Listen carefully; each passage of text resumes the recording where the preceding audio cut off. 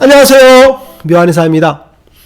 아토피 피부염 환자가 오시게 되면 가장 먼저 묻는 질문이 뭐냐면, 원장님 저 뭐 먹어야 돼요? 뭐 먹지 말아야 돼요? 저 뭐 먹어서 아토피가 생긴 거죠? 뭘 먹어야지 아토피가 좋아지나요? 라고 하는 질문을 가장 많이 하세요. 그런데 이 질문은 정말 잘못된 질문이에요. 아토피 피부염에 대한 이해를 못 하시는 거거든. 아토피는 사실은 아토피 피부염인 거예요.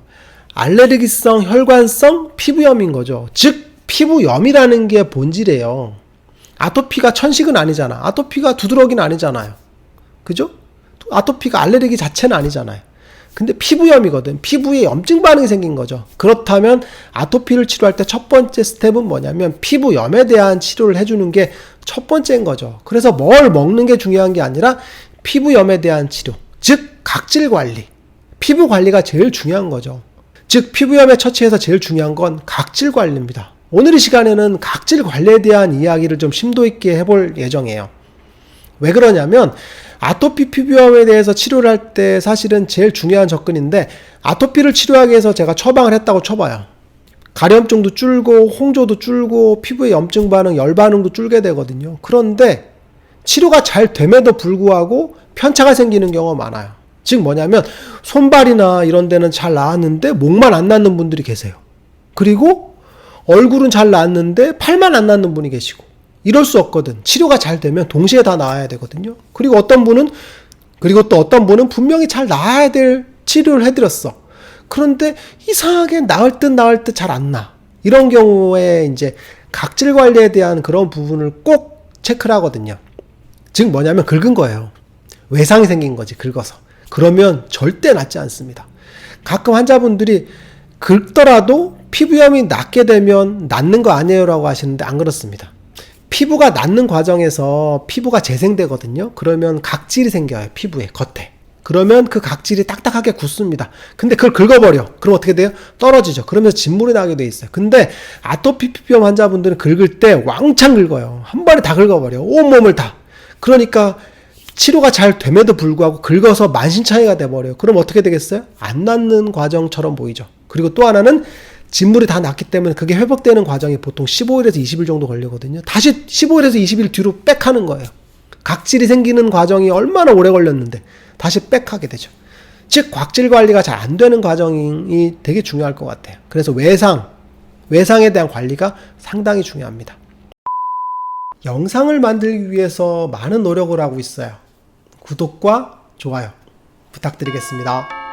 피부 관리 중에서 가장 중요한 게 뭐냐면 각질 관리입니다. 각질층. 왜 그러냐면 우리는 피부에서 제일 중요한 부분을 뭐 기저층 이렇게 얘기하는데 그게 아니라 피부에서 제일 중요한 건 각질층이에요. 제일 외벽이죠. 외골격 구조.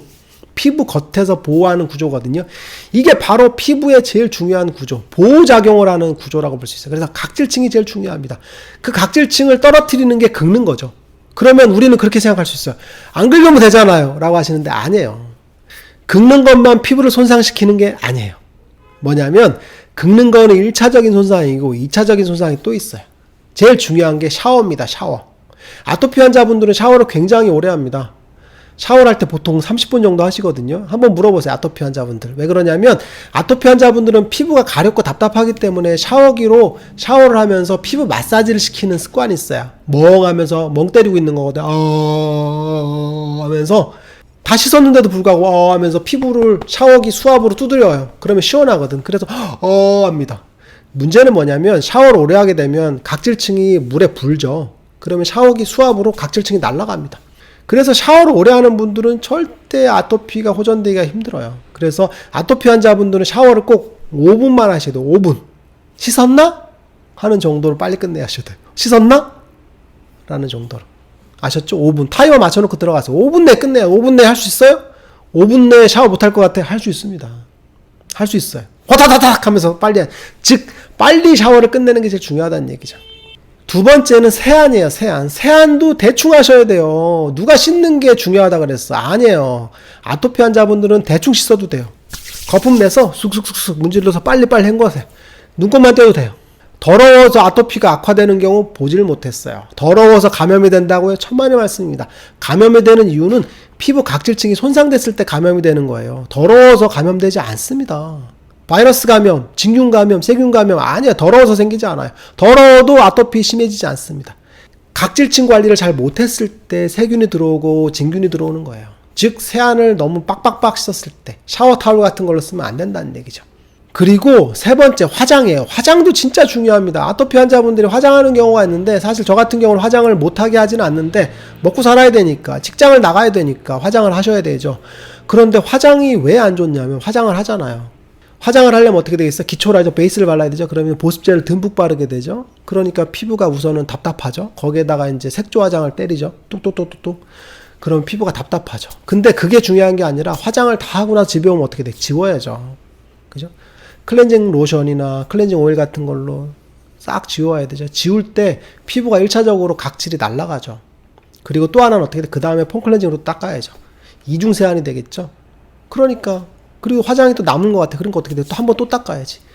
그러니까 피부가 손상이 된다고. 각질층이 날아가 버리죠. 그러면서 피부가 굉장히 약화됩니다. 그래서 화장을 하는 경우는 각질 제어가 자연이 돼요. 그러니까 어떻게 돼? 피부가 약해지죠. 그래서 아토피가 있는 경우 화장을 하게 되면 피부가 잘 낫지 않습니다. 그래서 아토피 비염이 얼굴에 있는 분들은 제발 화장을 좀 적게 하는 게 좋습니다. 그리고 네 번째는 자외선 차단제예요. 자외선 차단제에 대해서 제가 입이 아프도록 얘기하거든요. 진짜 입이 아프도록 얘기하는데 자외선 차단제를 제가 바르지 말라고 하면 환자분들이 자외선을 제가 좋게 생각하는 줄 알아. 저도 자외선이 피부에 안 좋은 거 알아요. 다 알아요. 운동을 하게 되면 땀을 흘리잖아요. 그러면 자외선 차단제를 바를 때 자외선 차단제가 씻겨 나가면 안 돼요. 그래서 워터프루프 성분이 듬뿍 들어있는 게 자외선 차단제야. 즉 피부를 굉장히 두껍게 막아요. 답답하다는 얘기지. 그리고 또 하나는 화학적인 차단제가 들어와 있는데 그게 어떻게 돼요? 차단제를 바르면 피부에 흡수가 되죠. 아보벤젠 같은 경우가 그런 거잖아요. 그러면 그게 바로 화학적인 작용을 일으키면서 피부에 자극이 됩니다. 즉 자외선 차단제 자체가 흡수되면서 피부에 자극이 되는 게 첫 번째고, 두 번째는 뭐냐면 자외선 차단제도 지워야 되잖아요. 지워보세요. 잘 닦이나? 아까 얘기했던 것처럼 워터프루프 성분이 들어갔기 때문에 그냥 세안제로 닦으면 닦이지도 않습니다. 화장을 지우는 거랑 똑같은 과정을 거쳐야 돼요. 그죠? 클렌징 로션 발라서 지워야 된답니다. 그러니까 어떻게 돼? 각질이 또 날아가죠. 그래서 자외선 차단제를 바르지 않도록 하는 거죠. 모자 같은 거 쓰거나 뭐 손으로 가리면 되겠죠. 그리고 또 하나는 가을이나 겨울엔 자외선이 있어요, 없어요? 거의 없죠. 그리고 야외 활동 해요, 안 해요? 안 하잖아요. 실내에만 계시잖아. 도시 같은 경우에 그죠? 건물에서 자외선이 다 차단되잖아요. 실내에는 자외선이 없다니까요. 우리 형광등도 아니잖아. 형광등도 자외선이 없죠? 그죠? 옛날에 형광등에서 자외선 나온다고 거짓말했는데 아니죠. 형광등에 자외선이 없죠. 실내에 자외선이 있다고 해서 자외선 차단제를 바르는 분들이 있는데 정말 자외선에 대해서 모르는 거죠. 자외선은 형광등이나 LED 등에서 나오지 않아요. 그래서 실내에는 자외선이 거의 없어요. 가끔 가다 유리창으로 들어오잖아요 하는 분이 있는데 유리창으로 들어오는 경우는 사실은 극소량이에요. 그리고 또 하나는 유리창 밑에서 근무하지 않잖아, 이렇게. 그래서 자외선이 실내에 들어오는 경우는 거의 없어요. 그러니까 실내에서 근무하는 분들은 자외선 차단제를 바를 필요는 없고, 그리고 가을 겨울 같은 경우는 건물이 높잖아요. 그러니까 자외선이 별로 안 들어오지. 그러니까 차단제를 매일 바를 필요는 없어요. 그거보다 피부가 더 소중하거든요.